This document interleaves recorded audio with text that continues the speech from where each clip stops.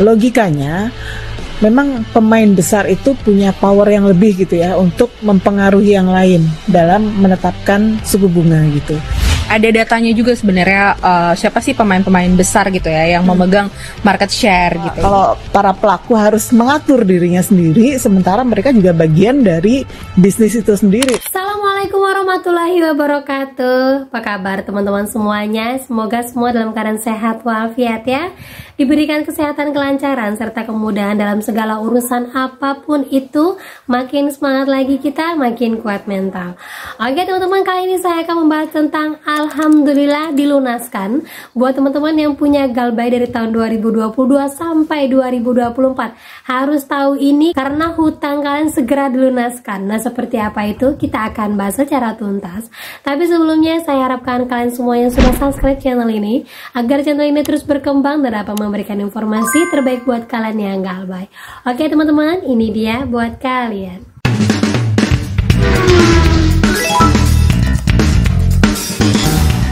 Oke teman-teman semuanya, sebelumnya saya informasikan dulu ya, ternyata terulang kembali ulah para DC yang melakukan prank terhadap damkar. Sebelumnya saya sudah pernah buatkan vlog buat kalian yang mana di daerah Tangerang ada seorang pria yang menelpon damkar untuk menangkap ular di sebuah rumah yang ternyata setelah datangnya tidak terjadi apa-apa. Dan sekarang terulang kembali di daerah Bekasi yang mana ternyata hal ini sama seperti sebelumnya, meminta bantuan untuk menangkap seekor ular yang ada di septic tank rumahnya. Dan ini membuat pihak damkar marah besar sehingga melaporkan kejadian ini ke Polresta dan minta untuk diusut agar tidak terjadi yang namanya prank oleh debt collector seperti ini lagi. Nah berikut informasinya, terjadi lagi damkar dikelabui oknum pinjol untuk tagih hutang. Nah ini terjadi di wilayah Setu, Kabupaten Bekasi. Diinformasikan bahwa ada seorang yang menelpon damkar mengatakan bahwa di rumahnya ada ular yang mana ular ini masuk ke dalam septic tank dan mereka takut sekali akan keberadaan ular tersebut. Akhirnya damkar menuju ke lokasi. Sampai di lokasi ternyata pas ditanya alamat yang dituju ternyata tidak ada ular yang dimaksud. Akhirnya damkar tahu bahwa mereka sedang dikerjai seseorang dan damkar meminta pemilik rumah untuk menyamar menjadi orang yang dicari oleh seseorang yang menelepon. Dan akhirnya ketahuanlah bahwa setelah ditelepon si penelpon damkar tersebut langsung marah-marah dan memaki kepada si pemilik rumah. Nah dari situ akhirnya damkar coba untuk menghubungi polisi dan coba untuk menyelesaikan kasus ini agar tidak terjadi lagi yang namanya prank terhadap damkar. Dan damkar mewarning apabila terjadi lagi maka damkar tidak akan segan-segan mengeluarkan atau menyelusuri siapa pinjol yang dimaksud. Nah itu dia teman-teman ya. Nah itu dia teman-teman ya, pesan buat para DC yang sering-sering aja nelpon Pak Damkar, lama-lama kalian juga akan ketahuan posisinya di mana. Dan ingat ya, gara-gara hanya untuk mengejar satu orang yang kalian kerjai, ujung-ujungnya kalian sendiri yang terjerat hukum pidana karena ini dianggap kriminal oleh pemerintah. Jadi hati-hati buat kalian semuanya ya. Nah lanjut lagi teman-teman. Jadi di sini dapat informasi ternyata persidangan untuk 97 pinjol ditunda. Dari awalnya bulan Juli mungkin akan maju ke bulan depan. Dan ternyata saya baca di salah satu artikel mengatakan bahwa untuk 97 pinjol ini ternyata sudah ditemukannya bukti kuat yang mana ada satu pinjol yang memiliki kekuatan besar mempengaruhi pinjol-pinjol di bawahnya untuk mempermainkan bunga. Diinformasikan di sini bahwa KPPU menduga 97 perusahaan pinjol online terlibat praktek kartel. Perusahaan pinjol ini diduga bersekongkol menetapkan bunga tinggi sehingga merugikan nasabah. Ada bukti yang kuat menunjukkan kesepakatan perusahaan pinjol tentang bunga pinjaman secara kolektif selama 2020 sampai 2023. Hal ini diperkuat dengan adanya pernyataan dari ekonom tentang praktek permainan bunga ini. Sebenarnya otaknya siapa sih? Perusahaan besar nggak sih? Logikanya memang pemain besar itu punya power yang lebih gitu ya untuk mempengaruhi yang lain dalam menetapkan suku bunga gitu. Ada datanya juga sebenarnya siapa sih pemain-pemain besar gitu ya yang memegang market share gitu. Kalau para pelaku harus mengatur dirinya sendiri, sementara mereka juga bagian dari bisnis itu sendiri, pasti ada konflik of interest. Tentu kita menyayangkan OJK yang tidak sejak awal masuk ke mengatur bisnis ini. Nah, kalau kita bermain cocok logi, dari sebuah artikel saya dapatkan, dari 97 perusahaan pinjol, KPPU mencatat beberapa pemain utama seperti kredit pintar dengan porsi pasar 135, asetku 11%, modalku 9%, kredit fast 7%, isi cash 6%, juga ada kami 5%. Sisanya tersebar pada pemain-pemain dengan pangsa minor, artinya pangsa yang kecil. Konsentrasi pasar diduga semakin kuat dengan adanya afiliasi kepemilikan dan hubungan dengan platform e-commerce ya, Shopee, SPayLater gitu teman-teman ya. Nah, yang menjadi pertanyaan, apabila seandainya memang terbukti terjadinya kecurangan yang terjadi, bagaimana dengan hutang-hutang Galbay dari tahun 2022 sampai 2023?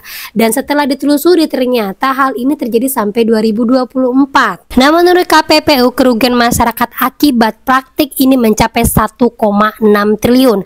Jika terbukti bersalah, maka pelaku dapat dikenai sanksi administrasi berupa denda 50% dari keuntungan yang diperoleh selama pelanggaran atau maksimal 10% dari total penjualan.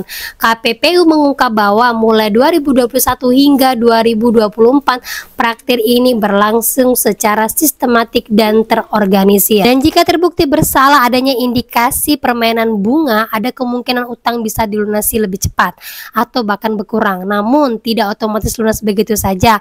Ada beberapa langkah yang bisa diambil, termasuk negosiasi dengan pihak pinjol untuk restrukturisasi utang atau mencari bantuan profesional untuk menyelesaikan masalah. Nah, ini teman-teman ya. Jadi keputusannya akan kita lihat dalam persidangan nanti, yang mana ternyata sidang ini sedang diundur karena berbagai macam hal informasinya ya.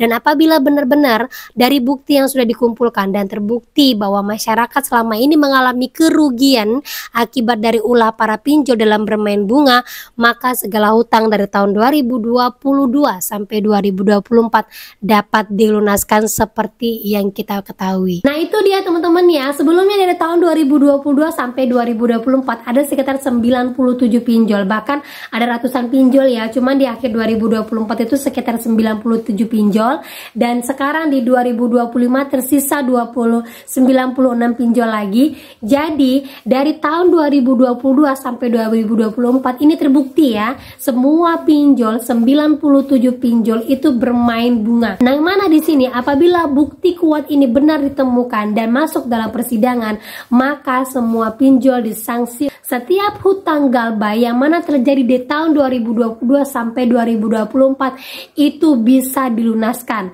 Walaupun ini mungkin melalui proses yang akan panjang, tetapi apabila memang terbukti bersalah, salah satu poin ini akan mencuat naik ke atas. Nah, buat teman-teman yang Galbay di tahun 2022 sampai 2024, siap-siap ya. Mungkin sampai saat ini ekonomi kalian belum baik, ataupun mungkin saat ini benar-benar belum bisa ada uang untuk membayarkan, hanya cukup untuk keluarga kalian. Kita tunggu ya. Kita tunggu informasi persidangannya, yang mana ini terus bergulir. Saya akan updatekan lagi buat kalian.